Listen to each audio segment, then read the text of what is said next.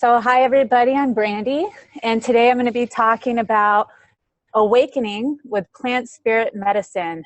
The teacher plants, whoops, let me get used to using this, Ayahuasca, Iboga, San Pedro, and psilocybin mushrooms. So the indigenous have a history with plant spirit medicine. And for 2 million years, there was very little innovation with our ancestors. The stone tool was used for a million years. And then a million years later, it was upgraded. And that was basically their biggest innovation for another million years. So 40,000 years ago, something happened. This huge innovation happened, and it appeared in caves. And there's pictures in these caves where there's proof that something happened where human beings started becoming aware of their spirituality. And this was a time where human beings were entering altered states of consciousness through different, through different points of shamanism, which could be ritual, prayer, hallucinogenic plants. Here's a picture of one of the oldest evidence of plant medicine in cave art. And you can see these beings have heads with mushrooms.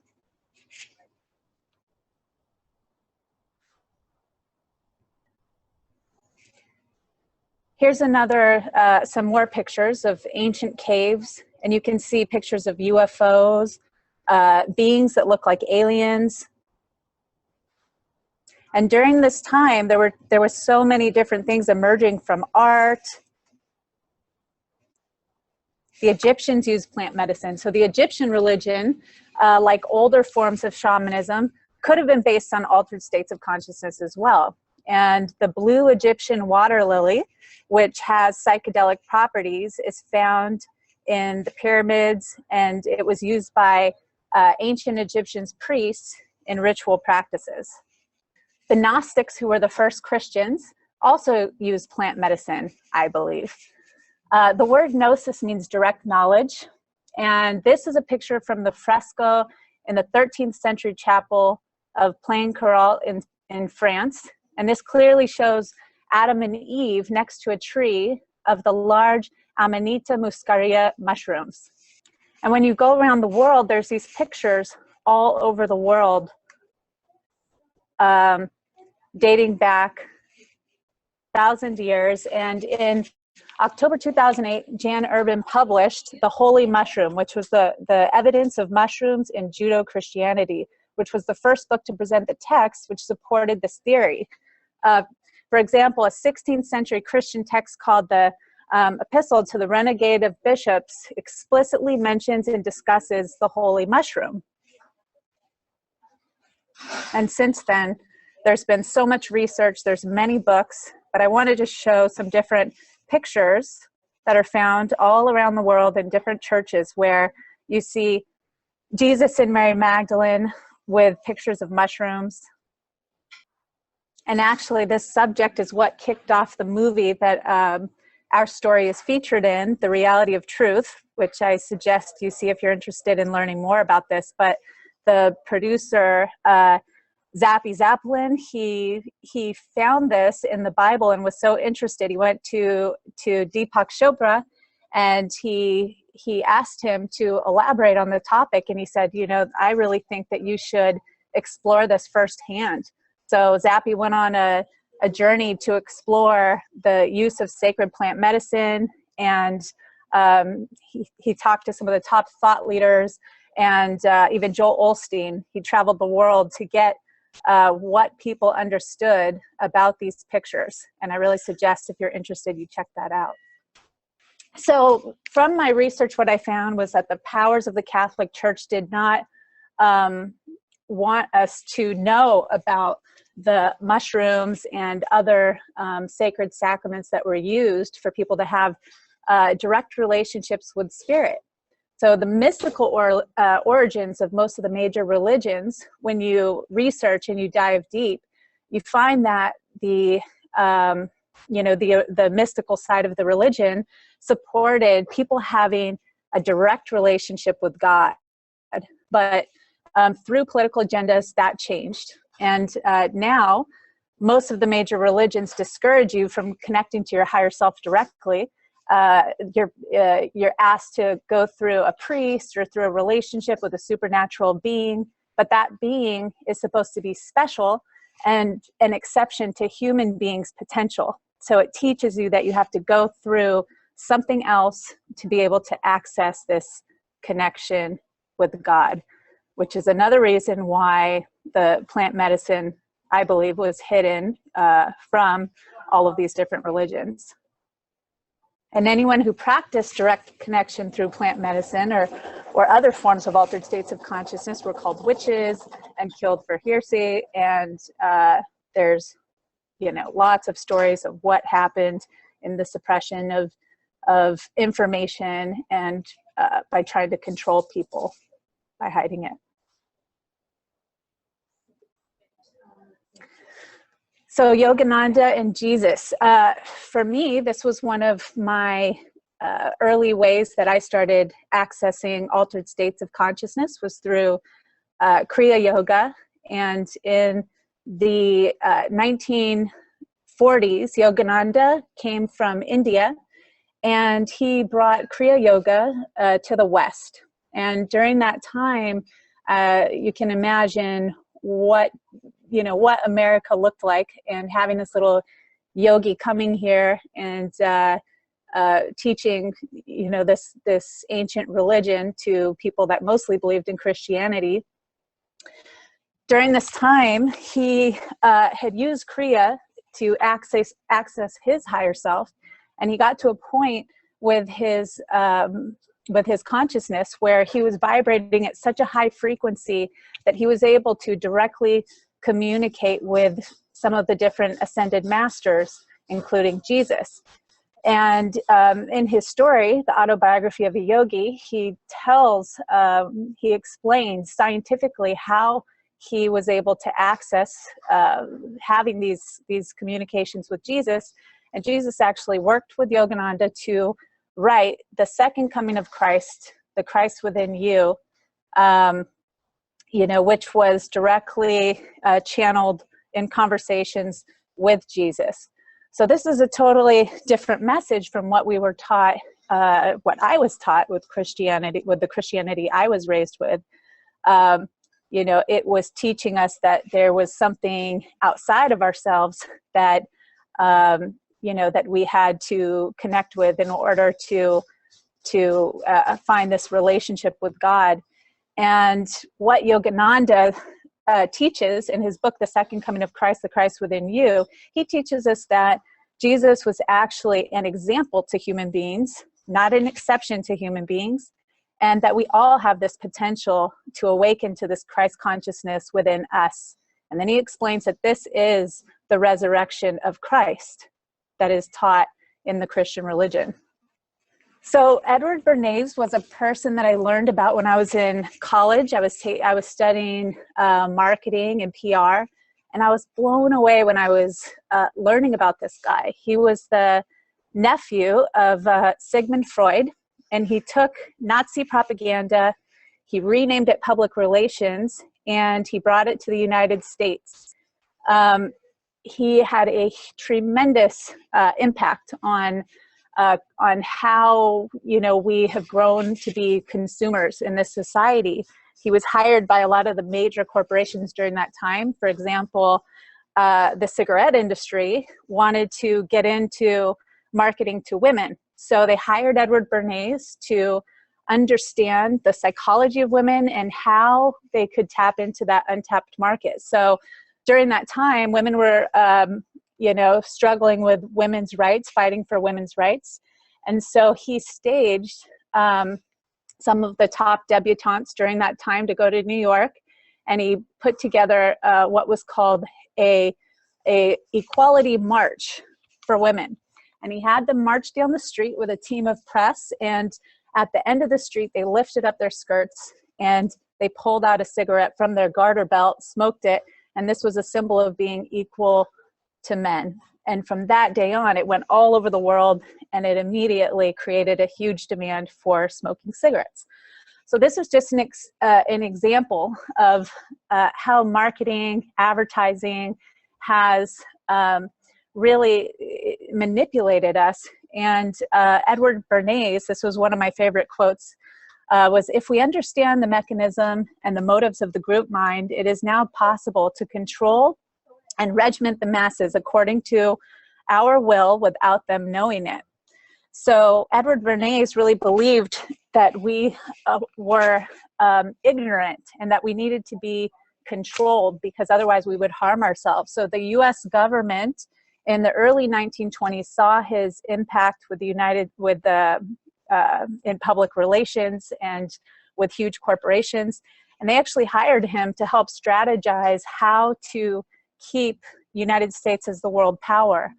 And what he came up with was that we needed to be created into these happiness machines where people are constantly chasing happiness, constantly chasing something to make them happy, in turn turning us into consumers, and that we needed to believe that no matter what we bought, we needed another thing to make us happy. So this was all, if you research this, and I actually, about 8 years ago, started working on a documentary film, so I researched this for a full year, and it's just mind-blowing to see what this man's imprint was in the forming of the United States. He's the grandfather of public relations, and how much of this we have really taken on through the conditioning and programming of ourselves. And I think, we're all on the same page. The group that I'm talking to, I think we're all aware of the results of this mentality. It's been a complete disaster where the Amazon is being massacred and depleted daily at an alarming rate. The beef industry is killing our planet. The wars that have happened as a result, and the problem with hunger, the accumulation of wealth by a small percentage, and the consumerism keeping us happy while at the same time raping our planet, and in turn raping ourselves from our potential of what we can become in this lifetime by being on the path to awakening. So this is all created to keep us from our higher selves. So in our culture, the way that we've been conditioned is to believe that in order to find happiness, we need to have things. So we need to have things, and then we need to do things so that we can be happy. And it's actually the complete opposite way around. So this is the way that we've been trained to create, to manifest things, and it's actually completely opposite. Because when you actually step into being, you understand that you already are all of the things that you're trying to chase after. So human beings have unlimited access to everything, to abundance, to relationships, to everything that you're chasing after to be happy. You actually already are. And the more that you tune in to your true authentic self, you resonate at a frequency where these things actually come to you, as opposed to having to chase them and constantly get caught up into this loop of the have, do, be backwards model of being happy. The truth of who we are giants here to awaken to our true selves. So we are part of the Creator. We are a miraculous technology. We are the I Am presence. Our natural state is telepathic, clairvoyant, oneness, the I Amness, creative, healers, shamans. We're in service. We have access to the idea sphere, where there are solutions to every single problem that we're facing, and each one of us has a unique gift to share with the world. Altered states of consciousness to help us remember and awaken the sleeping giant. So plant medicine is not the only way to access altered states of consciousness. You could do this through meditation, through breath work, rhythmic dance, plant medicine, sound healing. And plant medicine is really not the path for everybody. I think you have to feel into what you feel called to and try different paths. And it's a unique individual experience. It's not something that's like a one-size-fits-all solution.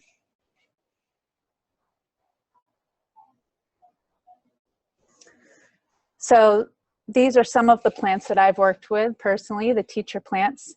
Iboga, which is a root from Africa. San Pedro, which is a cactus. Ayahuasca, the mother vine, and psilocybin mushrooms. I've also worked with other plant medicines. These are the teacher plants, and these are the ones for me that I've chosen to work with more than others. Restoring balance and connection to nature. So our chemistry is balanced by these little doctors, is what they're referred to in the tradition of ayahuasca. So taking the plant medicine, it's really amazing. You can feel the energy and what we call these little doctors working on you. And one time I actually asked for something specifically to be worked on, and immediately I felt these little tinglings, and when I closed my eyes I could see like millions of little lights working on me. A lot of people say that working with the plant medicine is like 10 years of therapy in one night. And I can say from experience, this has been my experience, because I had been working with life transformation programs, and I did have some really profound healings with the programs that I was working with, and you know, with Kriya yoga and meditation. But there were some things in my life that had a hold on me, and it felt like no matter how hard I tried to get out of these patterns, I was stuck. And when I found plant medicine, I was able to heal some things that had a hold over my life really quickly, and it really changed my life. Diseases can be healed: anxiety, depression, PTSD, and addiction. And why is this happening? It's because it's being healed on the causal level. And this is the miracle of nature's technology. It heals the mind, body, and spirit. So again, I was taking these amazing programs, you know, like the Landmark Forum and, you know, many different programs that I think are so amazing and really did help me a lot. But again, I was trying to transform my life by going through the mind. And there are so many other things that happen when you experience trauma. You know, there's energy that is physically stuck in your body. You then have false beliefs that are in your subconscious creating your whole experience. And accessing it through the mind is a very linear way of healing, and it can take longer. So the miracle of plant medicine is that it's not only bringing awarenesses to the things that are affecting you in your life, but it's also supporting you by going in and clearing out these traumas in your body and in your spirit. And the plant medicine actually stays in your system. So if you are a person who is really in it to do the work, and you become aware of something that you want to work through, the medicine actually stays in your system and helps you to integrate, to do the work in you know, beyond the altered state of consciousness experience, and actually integrate it back into your life so that you can make the changes and do the work. One of my favorite experiments that I found in my research was Dr. Baxter's work proving plant consciousness. So Dr. Baxter was the head of creating the polygraph tests in the CIA. And at a certain point, he was interested and just came up with this wild idea to put the polygraph test on a plant and see what would happen. Well, he did this, and he had the thought, okay, what could I do to make it have a reaction? And he thought, what if I light it on fire? All of a sudden, as soon as he had this thought, the polygraph went off. And he put together a series of experiments to understand how this could happen. He didn't even do anything to the plant, but what he realized through years of experiments was that the plants have consciousness. And the mere thought of him doing something to harm the plant triggered the response on the polygraph test. And he conducted hundreds and hundreds of experiments where he was able to prove the consciousness of plants connected to our thoughts and plants connected to the consciousness of other plants. It's really amazing work, and I suggest checking it out. There's actually some documentary films about it on YouTube. So the story of healing with plant medicine, this is me. I think I was like 3 or 4 years old, but one of the things that I learned through the plant medicine was that in between usually the age of anytime you're in your mother's stomach up to 7 years old, you experience a break from your wholeness. Something happens where you become afraid and you believe that you're not safe, and you break from being whole and complete. And from that break, you then take on something that you use to compensate for that break, to make yourself safe. So it could be anything. That this is where you start to form your persona and this other self that's disconnected from your true, whole, complete, safe self. The plant medicine showed us that in this journey, our souls choose this journey, and we choose to have this event happen so that hopefully we will return to a place where we want to understand how to put it back together. And this becomes the journey of awakening. And this is the beginning of my story with awakening through plant medicine.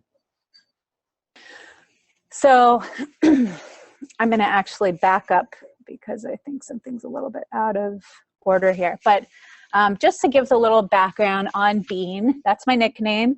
Bean, I was always a really tiny, skinny little kid, so my mom named me Bean. And I had a pretty crazy childhood. When I was 6 years old is when the first huge trauma happened in my life. This was when my father committed suicide. And I walked into the room after it happened, and it completely changed my life forever. After that, my mother really fell off the deep end, and she started using drugs. And basically, my little sister, later my little brother was born, and we lived in a house where my mother was doing meth regularly, where people were constantly partying and doing meth until I was about 11 years old, and my grandparents thankfully got us out of the situation. So for me, when I got into my teens, I was extremely angry. I went through, even though my grandparents, who were my angels, completely, thank God, put me into a safe environment, but I was so screwed up by that point. And as a teenager, I was crazy, acting out, into selling drugs, always getting in trouble, until I was in my 20s. I had a spiritual experience happen to me through the sun, and something happened to me where I had an awakening, and I started really diving into meditation and learning about Eastern philosophy, and that really kicked off me wanting to heal from my past.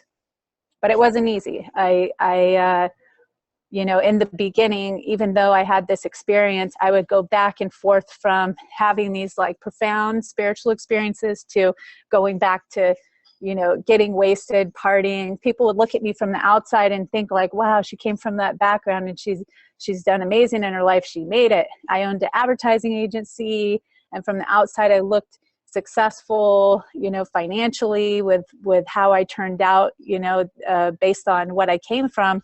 But I really was suffering. I especially was suffering from relationships, and I had really crazy toxic relationships that would basically suck the life out of me, and I would still be working, trying to heal and do life transformation work. And then I was constantly going back and forth in myself from, this trauma that was related to men. So I owned my advertising agency, and it was something that was really, it felt like it was killing my soul at a certain point. I was making good money, but it really just wasn't my passion. And so, you know, after getting out of my first agency, I said to myself, if I took money out of the equation, what would I create? And I created this project called the Sleeping Giants Project.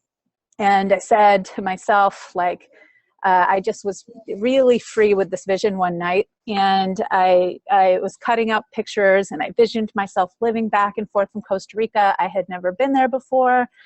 You know, I said I wanted to create like a life transformation center with the most progressive ways to awaken in nature, you know, and I wanted to serve, and I wanted to, you know, bring like the top, you know, thought leaders and healers to this place to help heal people in nature. I even have a picture here of a house. I was living in Santa Monica at the time, and I wrote randomly, house, Malibu, children. And it was strange because I never even had a desire to live there, you know. And what was amazing was how this whole vision manifested. I wasn't sure how I was going to create it. I just started working on like a documentary film, you know, a website, and I was always doing it on the side of my advertising agency, but really my soul was craving to create this, and I wasn't quite sure how. I just worked on it a little bit at a time on the side. So even though I was so clear on what I wanted to do, I was really scared, like financially, to take a leap and jump into something completely different. So even though I was working on this project on the side, I created a life transformation program on the weekends. I was working with men in prison. I was working on a documentary film. I got really nervous when it got to the point of launching it, and I just went right back into starting another advertising agency and saying, okay, well, once I have enough money to really fund this right, then I'll get into doing what I really want to do. And that led to, you know, me just really going into a lost place. And I started another advertising agency. And of course, my passion project just became less and less and less every day. And then finally, I had a falling out with a partner, and in the meantime, all kinds of crazy stuff, toxic relationships and drinking and partying and, you know, back to self-help and in and out of this whole process. And thankfully, finally, I had this falling out with my business partner, and I finally surrendered, and I said to Spirit, okay, I am ready to do what I came here to do. Please lead me. I surrender being in control of how this is all going to work. I'm not even going to create the same way that I've created, you know, forcing and making things happen. I said, just guide me and lead me. And I literally let go of everything. I didn't even tell people like where I was going or what I was doing. And I just watched as the universe started bringing me these different opportunities and people. And what was really interesting was in this time, I was led to several different people in a short period of time that were asking me to do plant medicine. And I was extremely turned off by the idea of it, especially because my mom is a meth addict. I was like, you guys are fucking crazy. Getting high to connect with God? I don't think so. So I wanted nothing to do with it. And actually, Jennifer Butler was one of those people. Thank God, she was one that convinced me. I was helping her with consulting, and she said, you know, once a year we do these ceremonies to get clear on the vision, and since you're working with us and helping us with our vision, we would really love for you to be there. So I tried everything to get out of it, and I finally got cornered to where I had to go. And I didn't want to take the plant. I said I wasn't going to. I said, but I'll come and I'll check it out. And of course, that night, after talking to the shaman, and she explained that there were these different kinds of plant medicines and how it works, I decided to try a plant called Kana.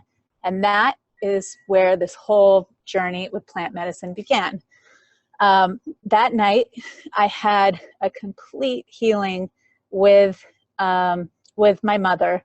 And I remember when the medicine kicked in, all of a sudden this word came to me and it said, overcompensating mother. I've never thought of this word in my life. And I looked at this woman who was crying on the ground, and all these women went over and were talking to her. And it said to me, that's your mother. And the crazy thing was, earlier in the day before we took medicine, I was thinking to myself, where do I know this woman from? She looks so familiar. So on the medicine, I looked at her and she looked exactly like my mother. And it said, this is exactly what you didn't get. And then the medicine said, here's your story with men. And by the way, I set 2 intentions for this journey. I said, I want to see why I keep ending up with the same man with a different face over and over and over again, just sucking the light, draining me, and what is my life purpose? And so all of a sudden it started showing me the story of every single man, starting with my first boyfriend in high school. And it would show me the connection to their mother. And it showed me that they had something happen where they didn't feel like their mother loved them. And so, because I was always the mother to everybody, growing up, including my mother, I was this overcompensating mother. So I came with like this huge mama love, and these guys would just attach to me, and we were stuck in these codependent relationships. And then it just showed me the story of every single man that I had ever been with and what their story was with their mother. Then it told me, now that you have the awareness of this, don't worry, you don't have to do anything. It's all going to change. Then I was shown this vision of creating this Sleeping Giants project. And it said, this is your vision. It's here. It's happening. And just watch and follow, and you're going to be guided. So about 2 weeks after this journey, I got a phone call from this guy in Malibu, and he's like telling me the story that he's, he was a huge drug addict, and he made all this money, and he was spending like $100,000 a month on this rehab and not really getting the results. And then someone told him to go to Costa Rica and use iboga to be healed. And he did the ceremony in Costa Rica and was freed from his addiction. He was on Demerol. He was suicidal. He was an addict of pretty much everything. And in a night, he experienced this tremendous healing that freed him from his addiction and told him that he was supposed to create a center in Costa Rica to help people heal with the plants.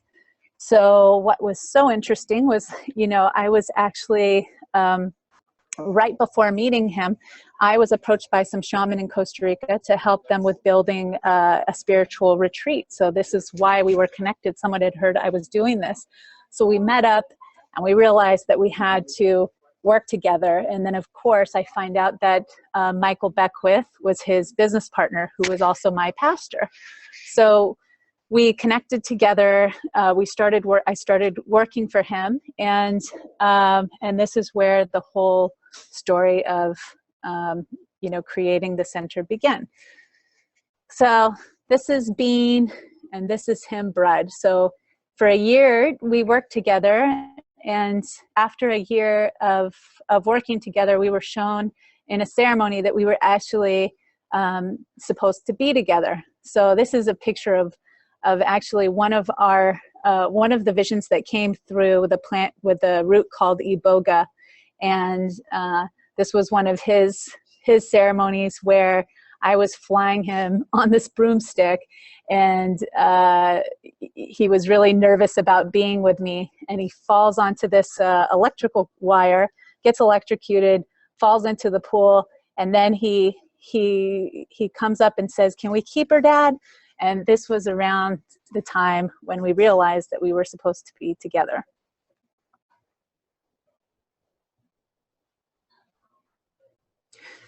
So these are just a couple stories of my plant medicine experiences. One of the first ones with iboga, which was really amazing for me, was when it was first demonstrated to me how the spiritual realm would interact with the physical reality. So one night we had done an iboga journey with this incredible shaman from Africa, and all of a sudden one of our team members is laying there, and he's told to go into this room where there was this baby skunk. So before the ceremony started, a little baby skunk walked into the kitchen where we were doing the ceremony. We all had our beds laid out there, and I'm thinking to myself, oh great, there's a skunk, like when is that thing gonna come out and what's gonna happen, and I'm gonna be on iboga. So I let it go, and hours into the night, the shaman talks to my colleague and says, hey, go visit the skunk that's in the kitchen. So he's laying there, and on iboga, you wear a mask and you speak out loud. You know, you're actually guided, and we would record our visions. You know, you go into this reality that looks just like this reality, and then, you know, you are able to have conversations, and it's almost like a video game. It's almost like navigating a video game. You can ask questions and get answers. So the shaman led my colleague to go and meet up with the skunk. So he's laying there. He's not physically going to meet the skunk. He's just, all of a sudden, his spiritual body is in the kitchen with the skunk. And he says, hey, how are you doing? What's your name? And the skunk says, my name's Mox. And he said, I'm scared, I'm trapped, and I don't know how to get out of here. And so our friend said to him, well, don't worry, you know, just come right out along this wall and follow it. Don't walk past the girl's bed. He was talking to me because she'll freak out. Walk past my bed, and we're really nice people. We won't hurt you. So, you know, how it's not a hallucination, how this other world is really real. I mean, I always knew that, but to see it so clearly demonstrated through the plant medicine was really amazing. And to understand that when you're meeting the souls of these different people and having healings, and all of it is real. Another significant ceremony for me was with ayahuasca. My partner Gerard, what he was shown in the very beginning years ago, and he's actually documented all of his journeys with iboga and ayahuasca. What he was shown very early on was that our souls, you know, during this soul break between the ages of being in our mother's stomach and about 7 years old, when this happens, there's a way through the plant medicine to put your soul back together. And he totally forgot about it. I forgot about it for years, until about last year he was told in a ceremony to go back to that book and read the first journey. And then he remembered being told to do the soul merge on the plant medicine. So he did it, and it completely changed his life. And he ended up creating a class around it. And I did the soul merge, and this is when something really amazing happened to me, that I was a healer. And I just ignored it because I thought, but yeah, right, how could I be a healer when I don't even want to be a healer? So this night, the medicine showed me that this is actually what I had come here to do, one of the main things. And people started coming up to me without even knowing what happened and asked me to do healings on them. And this started a whole initiation of me learning to be a healer directly through the medicine and facilitating healings in the medicine space. Another ceremony that I thought was really interesting is the San Pedro ceremony. So we were laying on the beach, a group of us, and we all decided to split up after we took the medicine. And so, you know, a group of like 6 different people all split up in different places on the beach. So I was laying there looking at the sun, and I interact a lot with the ascended masters on the medicine, especially Jesus and Magdalene and Saint Germain Yogananda. So I called the whole crew in and I asked them to do a healing on me, and I felt them all standing around me.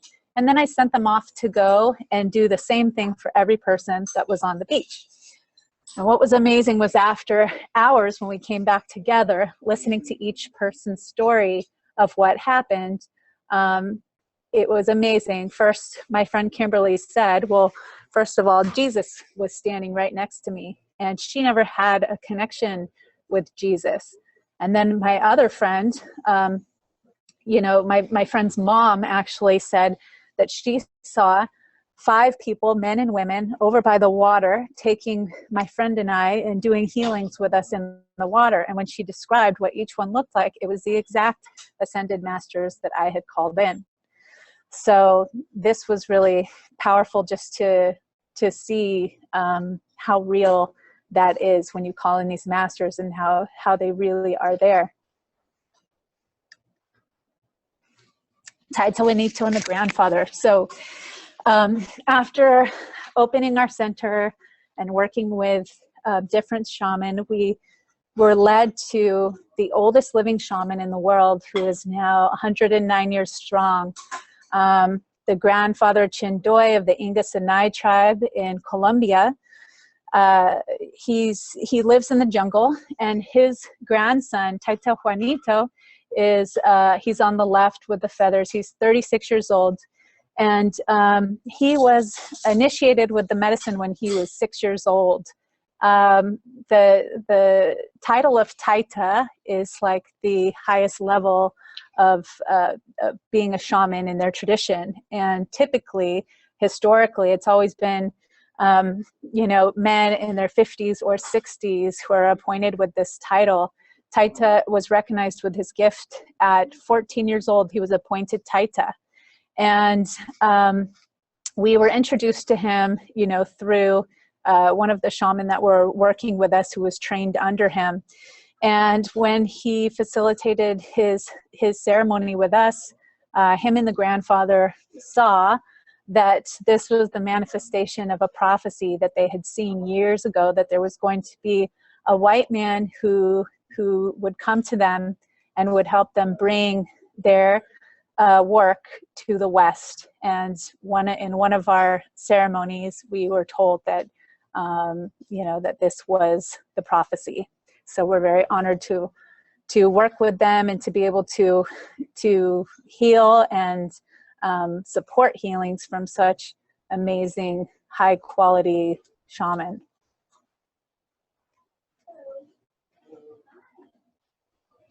How plant medicine helps us to access our quantum multidimensional selves. So one of the things that was really interesting for me was to learn how our bodies and how the quantum reality is like, it works like technology, like a computer and like a video game. And, especially with Iboga, you're able to teleport, you're able to, and I would say this is actually for all of the plant medicines, but it's really profound for me with Iboga because you can see so crystal clearly. Also for me with Ayahuasca, everybody has a different experience and a different relationship to the plants.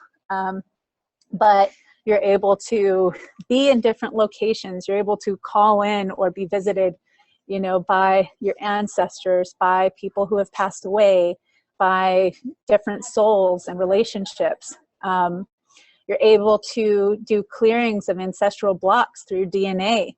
So a lot of the work that I do through my healing work is through DNA, and you're able to see your DNA and actually manifest quantum healings.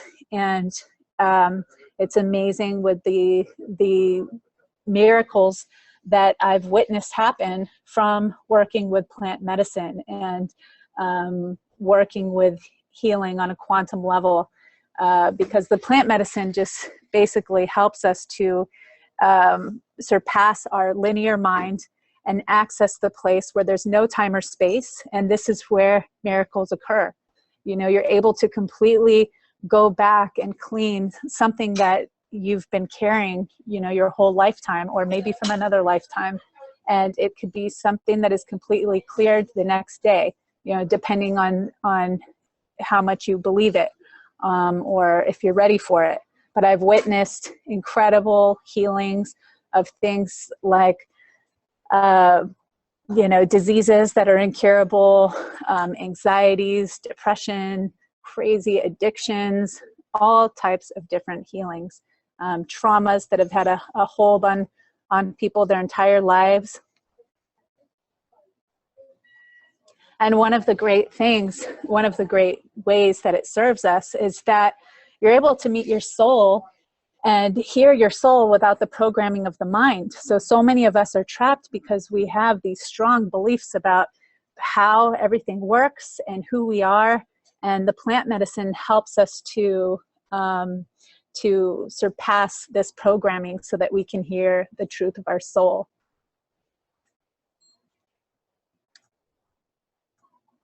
So there's 4 kinds of visions. Most people who come and have researched on the internet, they're expecting to see these amazing visuals, and sometimes they get disappointed when that's not their experience. Sometimes people feel nothing and they say, nothing happened to me, but this is actually a type of vision. This is a vision where your body and the plant is actually rewiring your system, or clearing ancestral blockage or energy blocks to, basically the way that the plants work is in order of priority. So a lot of times, especially when you're first starting out, you have to be reset and cleaned, so that you can receive the different types of messages. It also depends on what you're naturally attuned to, as far as how you naturally receive your visions. Are you someone who's empathic, or are you somebody who hears voices? Are you someone who smells something and gets an insight from that? Or are you somebody who sees visually? So in plant medicine ceremonies, you can have, I usually have a combination of all of the different types of visions. You can have these visual experiences that are really amazing. On ayahuasca, they call it the consultation, when the mother comes to you and gives you a direct message. So it just really depends, and each journey is so different.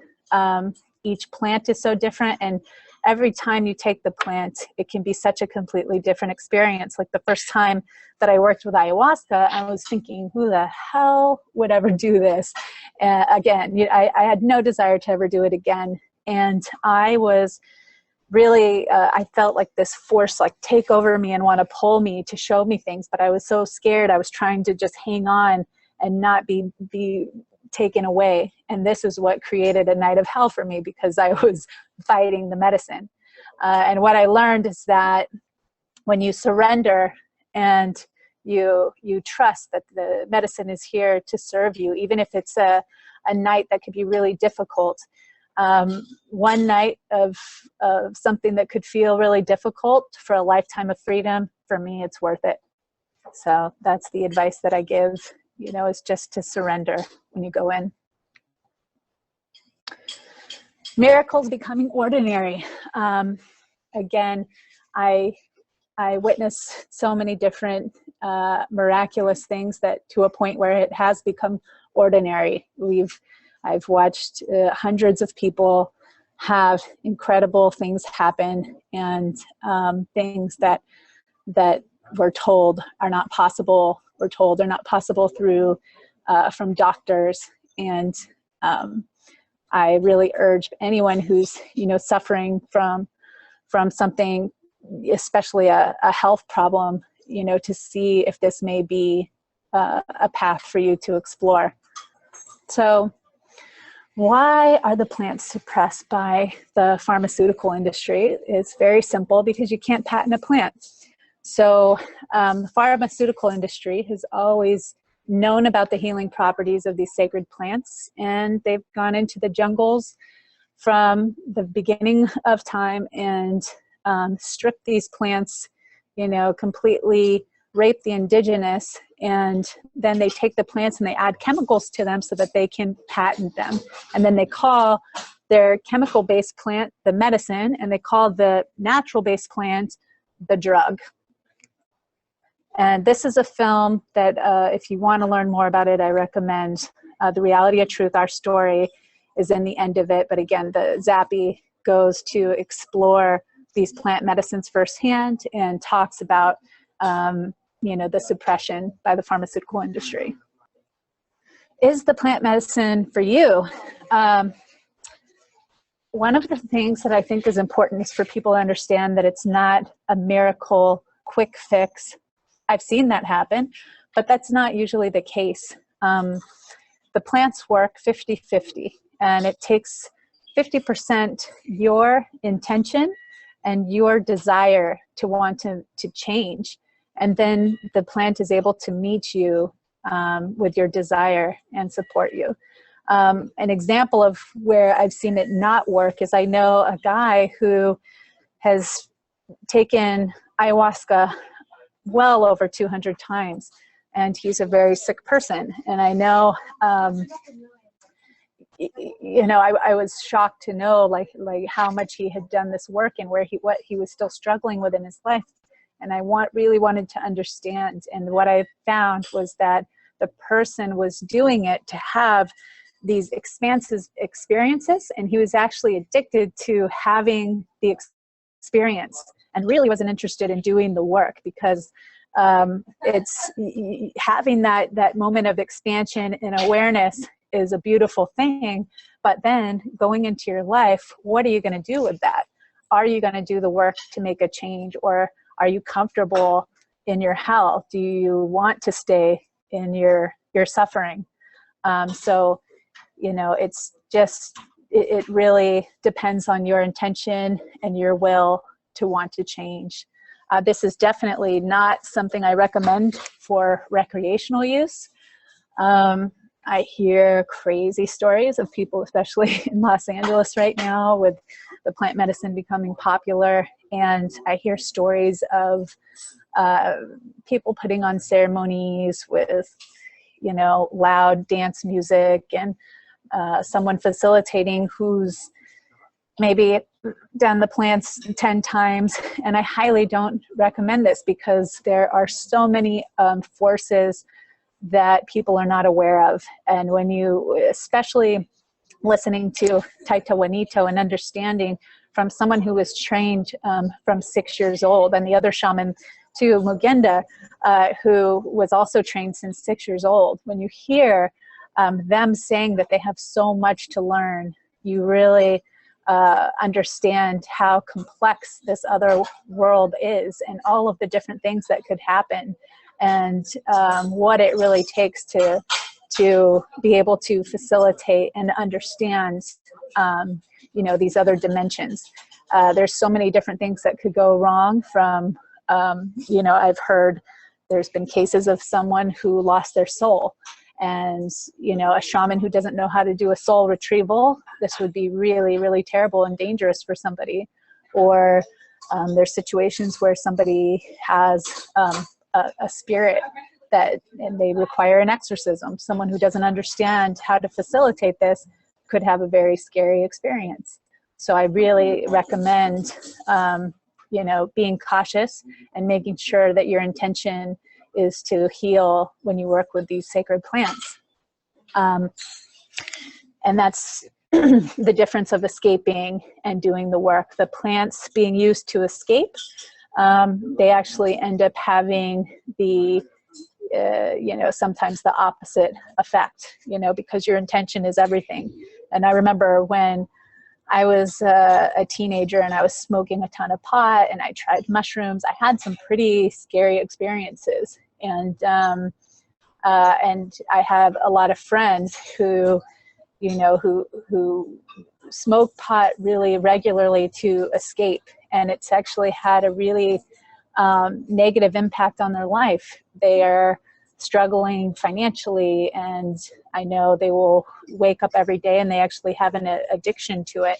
So I think it's really important that you honor the sacredness of these plants and you know, really use them in a way that they were intended so that they don't in turn use you.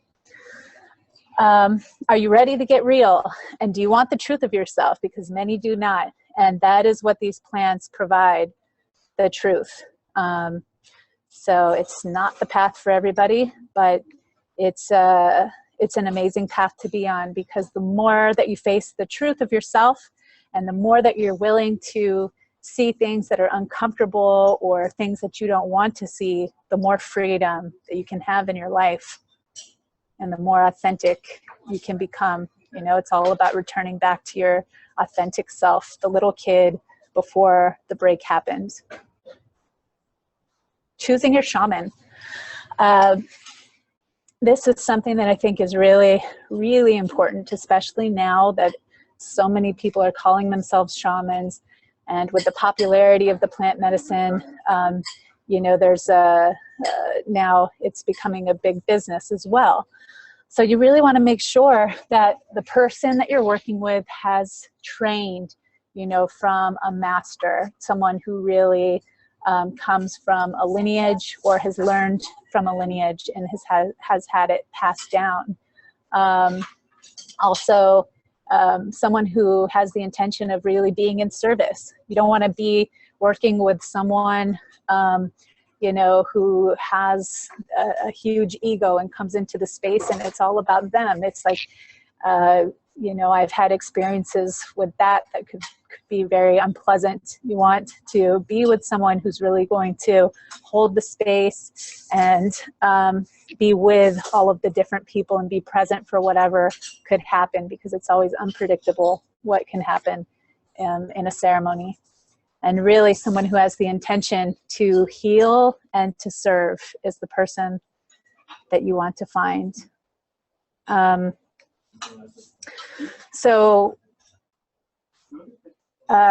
For 3 years, I've been working with our team to build the first legal center, medically licensed center.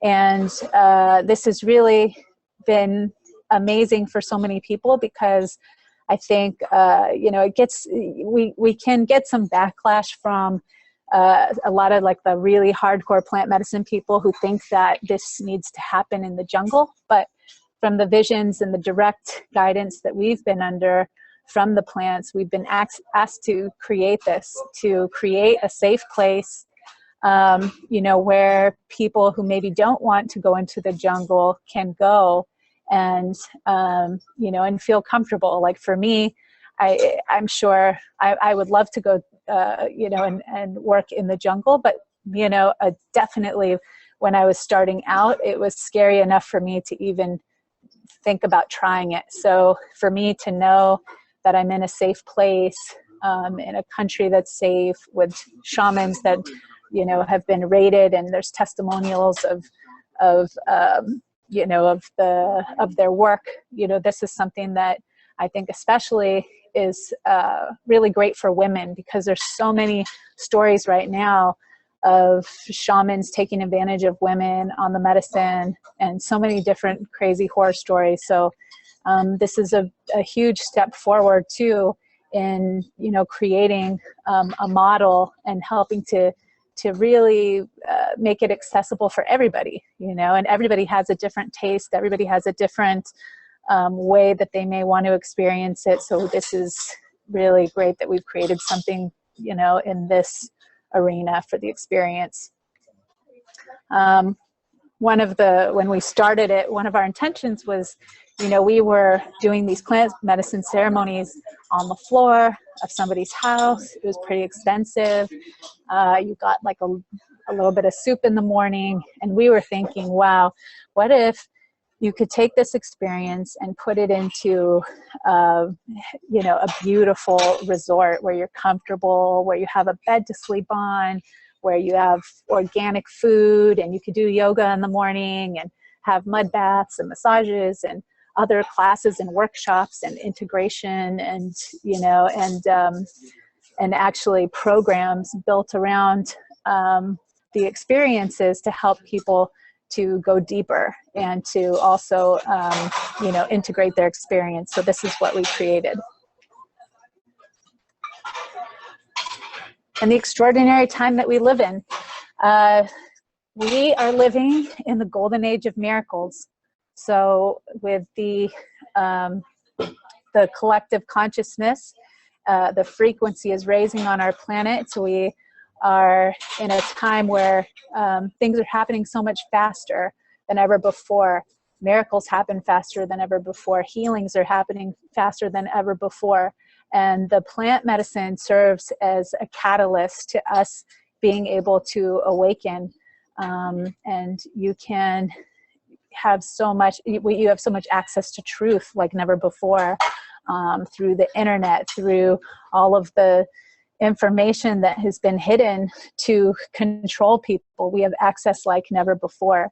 And the plant medicine is so profound in helping us to, connect with our souls and our higher selves, to have direct contact with truth.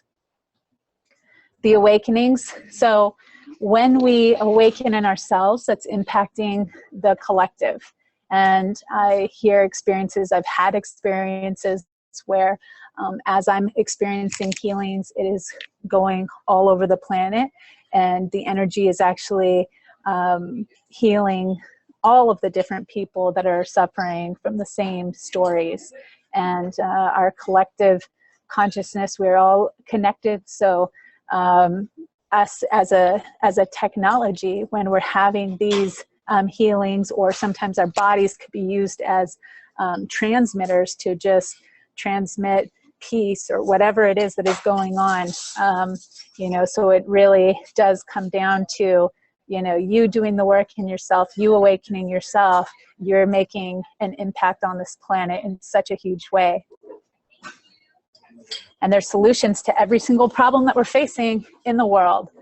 The more awakenings, the more people are led to accessing their unique gifts. And in turn, people want to share their gifts and be in service. And that's where we find true happiness.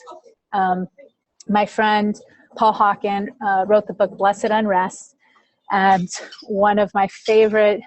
is one of my favorite books, but he talks about how the biggest movement in human history is happening right now. And it's unstoppable because all of these different people all over the world have these different organizations and movements. And it's not, there's no way to stop it. With the internet and so many different people fragmented, it's not as easy to control as it has been in the past. So the biggest movement in human history is happening, and we're so blessed to be a part of it and to have the opportunity to awaken to our highest potential in this lifetime. And that's it. Hey, Brandee, just want to let you know we're going to have to wrap it up in the next couple minutes. So if you want to go ahead and plug your information and website and everything else, that would be a great time. Awesome. Thank you so much. Thank you. Rhythmia.com, RYTHMIA.com. Thank you so much. Awesome. And thank you so much again for coming on, Brandee, and for doing the work you are doing, because it's now's the time to educate people on the plant medicines, how important they are, and why we need to educate people about them, because they're here for us, they're here for our use, and that's exactly what we need to educate people on. So thank you so much for your work and your service and what you're doing. Great work. Thank you again for coming on. Thank you. All right.